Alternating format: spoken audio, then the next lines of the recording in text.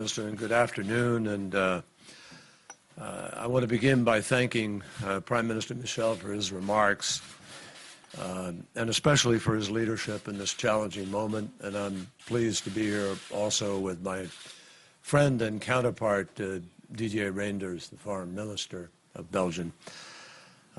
On behalf of President Obama and all of the American people, I offer our deepest condolences to the people of Belgium and to all of the families, all those individuals who have suffered an inconceivable loss in the last few days. The United States, I want you to know, is praying and grieving with you for the loved ones of those who have been very cruelly taken from us, including Americans, and for the many who were injured in these despicable attacks. As I told Foreign Minister Reynders on Tuesday when we talked by telephone, the United States stands firmly behind Belgium and with the nations of Europe in the face of this tragedy. We join you in thanking the very brave first responders who rushed to the scene on a moment's notice in order to care for the wounded and to save lives. And we will continue to provide any assistance necessary in investigating these heinous acts of terrorism and bringing those responsible to justice. In America, we remember very clearly how, in the days after 9/11, Belgians and other Europeans came together in this city, around the events of the World Trade Center. And you showed your solidarity with us, with the victims in New York and Washington and Pennsylvania. And then voices all across Europe declared, "Je suis Américain." So now we declare, "Je suis Bruxellois, ich bin Brüssel." Those whose lives were torn apart this week were not combatants in any kind of conflict. They posed no threat.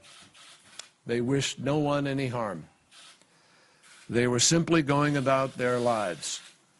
Airport and subway workers, a Peruvian mother of twins who was training to be a chef, an American personal trainer flying home for Easter, an Indian employee of a high-tech firm, Mormon missionaries, public servants, teachers, tourists.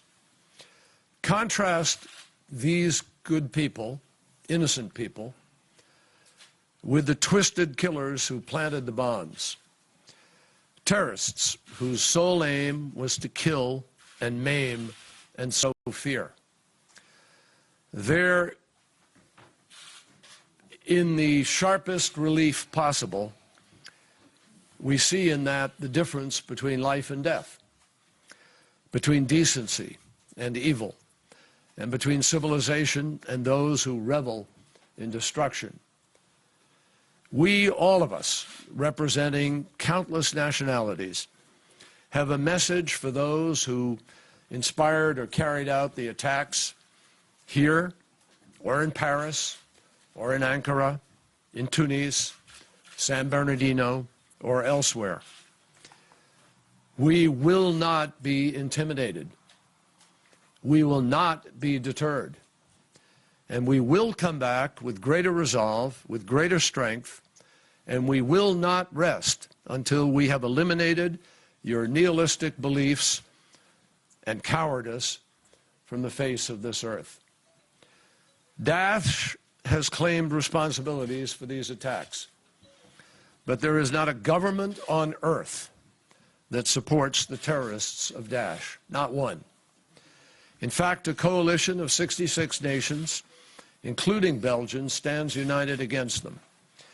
And the very reason that Daesh is resorting to actions outside of the Middle East is that its fantasy of a caliphate is collapsing before their eyes. Its territory is shrinking every day. Its leaders are being decimated. Its revenue sources are dwindling. And its fighters are fleeing. So, as we have said many times, President Obama, myself, and others, our mission to defeat and destroy Daesh is not going to be accomplished overnight.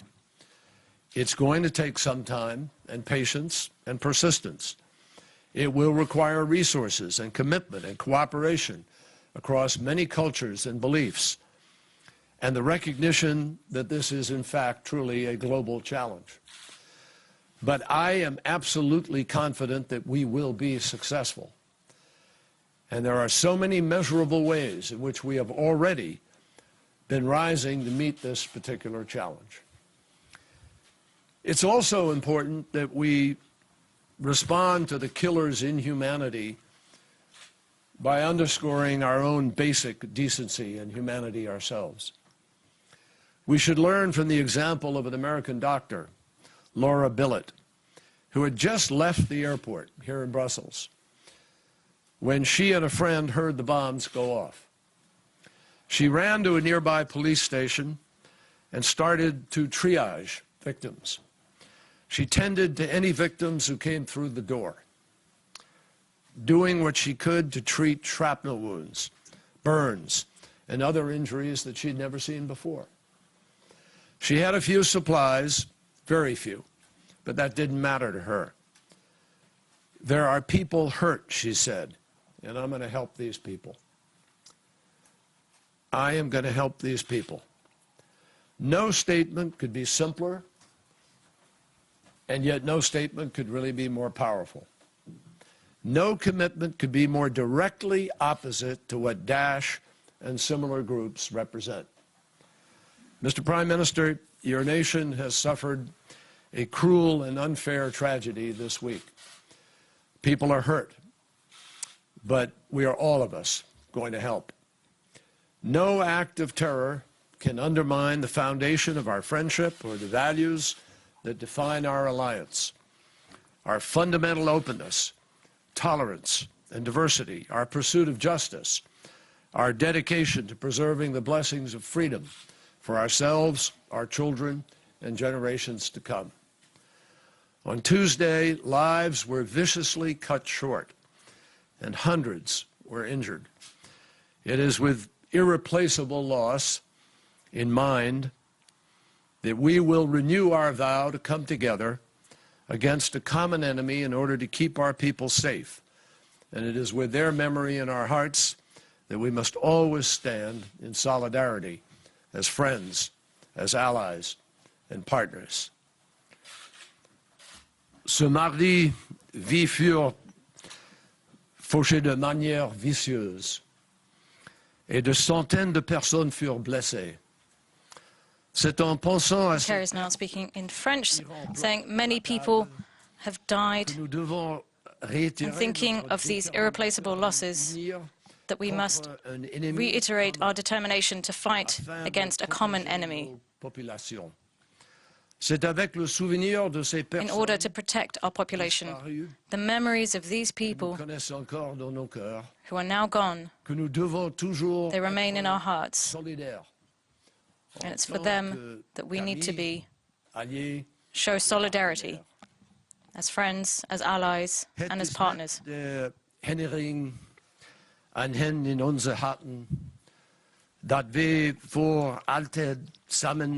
As he addresses the conference in Flemish now, I'll take the opportunity to sum up what he said. He's saying there is no government on earth that supports Daesh or ISIS, and they're attacking the West as they are a caliphate that is collapsing, saying that their mission is not going to happen overnight, but he did say that the coalition will be successful against Daesh.